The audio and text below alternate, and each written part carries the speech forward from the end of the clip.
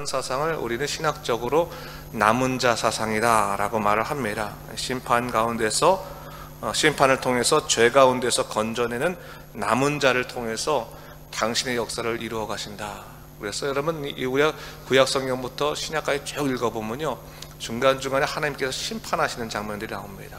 노아의 홍수라든지, 또한 이 오늘 본문에 나오는 이런 이스라엘의 멸망이라든지, 그런 하나님의 심판 사상이 나올 때 반드시 등장하는 것이 바로 남은 자입니다.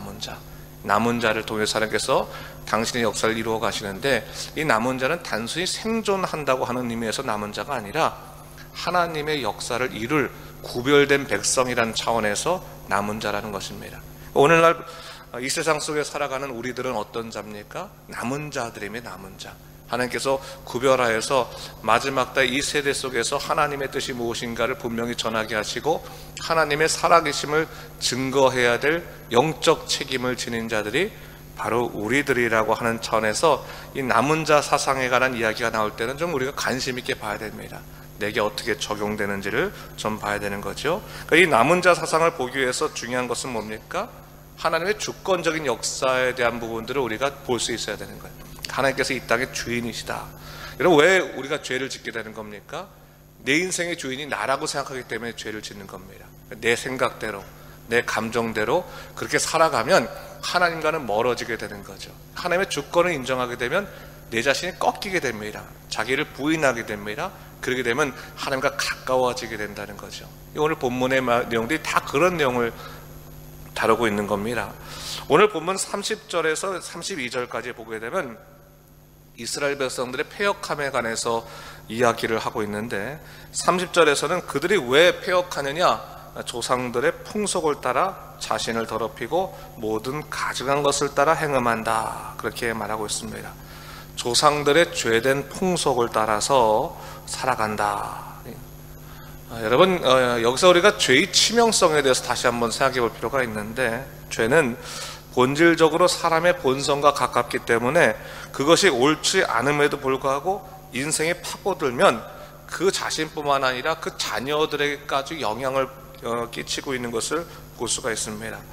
우리 세상을 보면서 분명히 알잖아요, 그렇죠? 그 아버지의 잘못들이 그 자녀에게 그대로 전파되는 것들도 보게 되고, 또 그 부모의 그런 잘못된 죄의 습성들이 그 자녀의 삶에 자연스럽게 녹아드는 것, 가슴 아프지만 어떻게 보면 죄가 유전된다고 하는 것처럼 느껴지는 것, 이것이 죄의 치명성입니다. 그래서 이 죄가 한번 파고들면 그 가계를 완전히 점령하려고 하는 거예요. 그래서 우리가 예수 그리스도의 능력으로 살아가지 않는다면 삶을 파고드는 이 죄의 권세들을 이겨낼 수 없다. 우리가 우리의 의지로는 이겨내기 힘든 것이다 라는 것을 알아야 하겠지요. 그러기 때문에 성령 충만해야 되는 겁니다. 성령께서 도와주지 않으시면 죄의 권세를 이긴다고 하는 것은 우리 스스로의 의지로는 어떻게 보면 불가능한 일이죠. 그래서 그 부분을 참 생각할 필요가 있고, 31절에서도 계속해서 죄의 치명성에 관해서 말하고 있는데, 이 죄는 어디까지 치명적이냐, 그 아들까지도 화제로 드릴 만큼 어리석은 우상의 삶을 살게 한다라고 얘기하고 있는 거죠. 여러분, 아들을 화제로 드린다고 하는 것은 결국 뭡니까? 아들을 제사를 드린다고 한다는 것은 극도의 이기주의를 말하는 거예요. 내가 살기 위해서, 내가 복받기 위해서 내 아들까지도 번제로 드릴 수 있다, 불로 태워서 제사를 드릴 수 있다라고 생각하게 하는 것, 그것이 바로 죄라고 하는 거예요. 죄. 그러니까 죄는 극도의 이기주의 속에서 살아가게 하고, 결국 그 자신뿐만 아니라 모든 사람들을 다 괴롭게 한다라고 하는 것을 우리가 알아야 되는 거죠. 그래서 거룩하신 하나님께 나가지 못하도록 자기 스스로를 더럽히는 것이 죄인데, 하나님께서는 뭡니까? 이런 죄를 결코 용납하지 않으신다라고 하는 것을 말씀하고 계십니다. 심판의 필연성이라고 하는 것은 이처럼 사람보다는 죄 자체를 멸하시는 데 있습니다.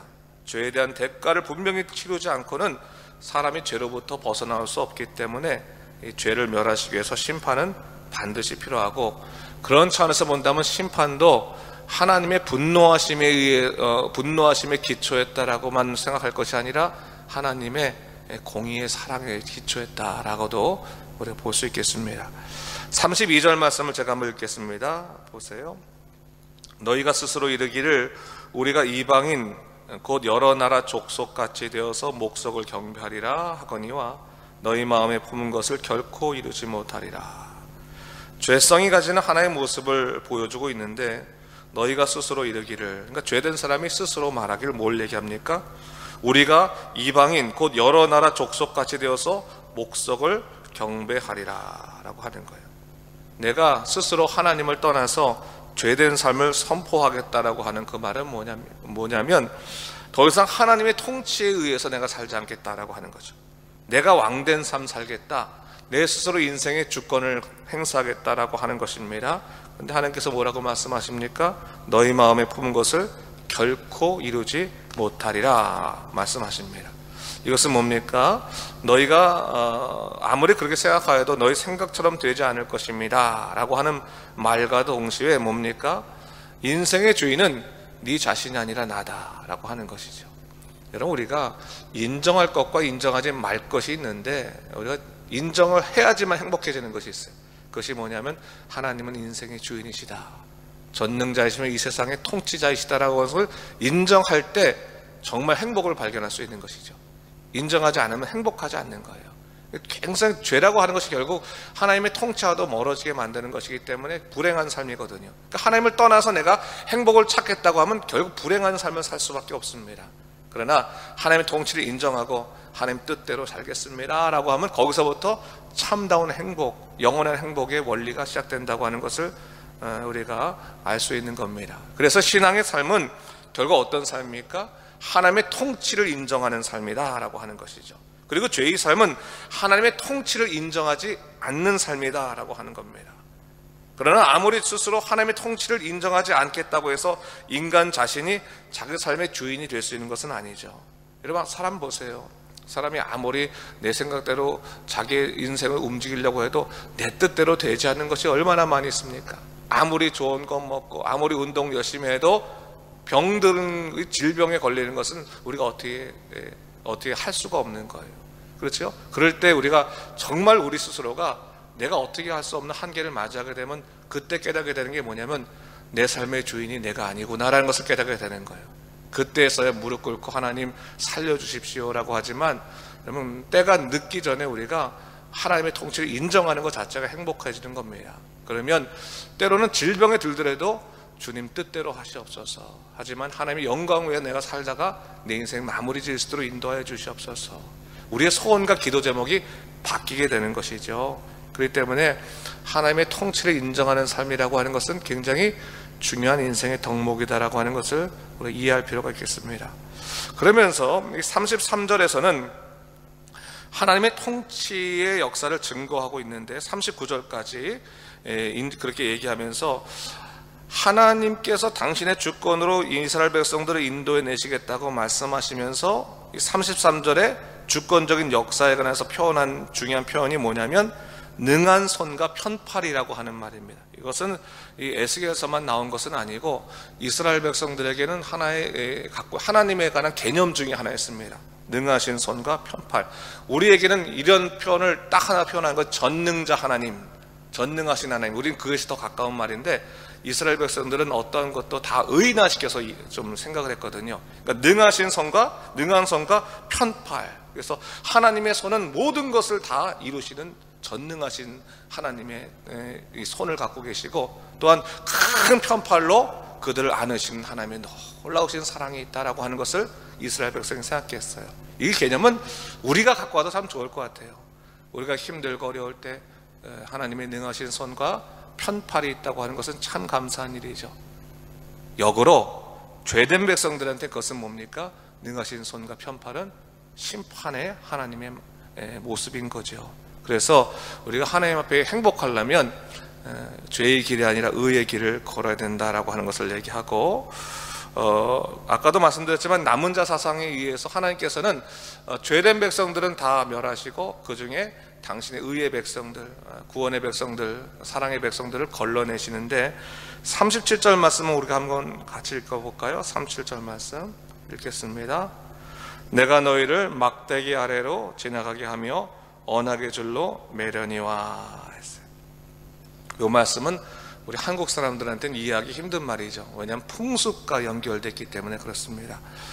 이스라엘 백성들, 아니 고대 근동 지방의 목자들의 특징 중에 하나가 뭐냐면 양들을 이렇게 다 돌보고 난 다음에 양들을 그 다음에 이제 데리고 들어가기 전에 양들이 혹시나 잃어버린 양이 있나 없나를 확인하려면 양 숫자를 세워야 되잖아요.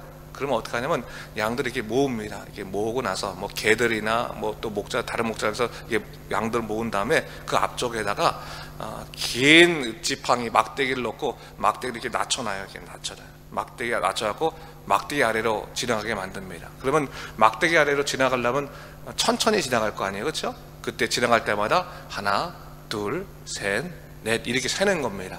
그러니까 막대기 안에 지나간다고 하는 건 뭡니까?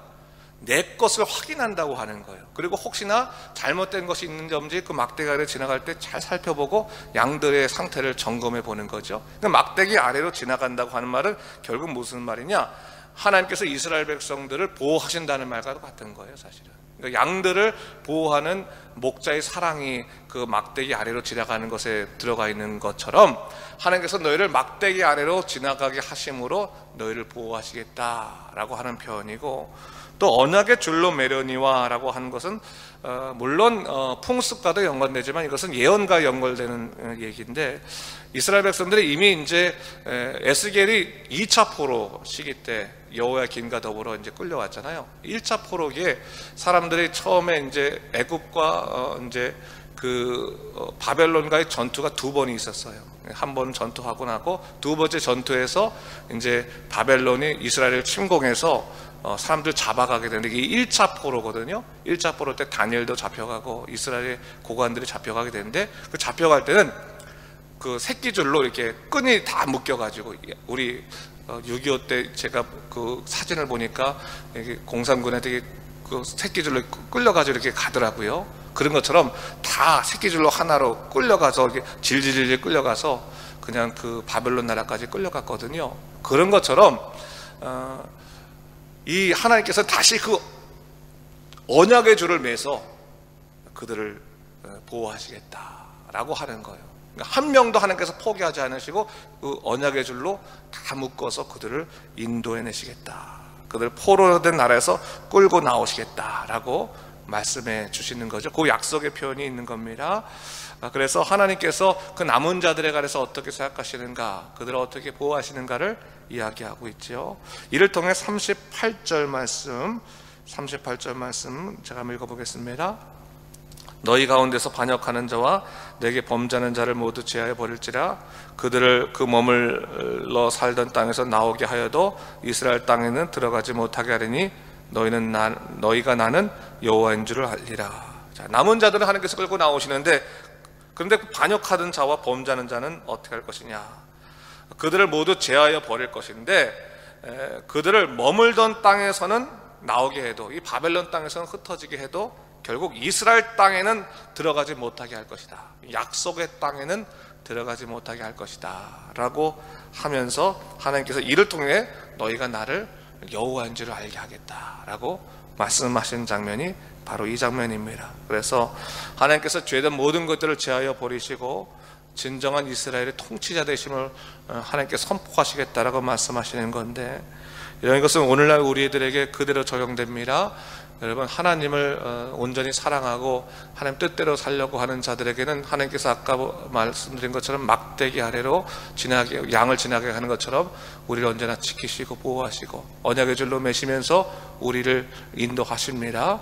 역으로 아무리 인생 속에서 성공적으로 산다 할지라도 죄 가운데 사는 자들에 대해서는 약속의 땅에 들어가지 못하도록 하나님께서 막으신다는 거예요. 이를 통해서 무엇을 확인시켜 주시겠다는 겁니까? 나는 여호와다, 나는 하나님이다 라는 것을 확인시켜 준다는 겁니다. 결국 이 종말의 때 우리 자신은 언제 이런 것을 확인할 수 있겠습니까? 하나님 나라 가면 알게 된다는 거예요.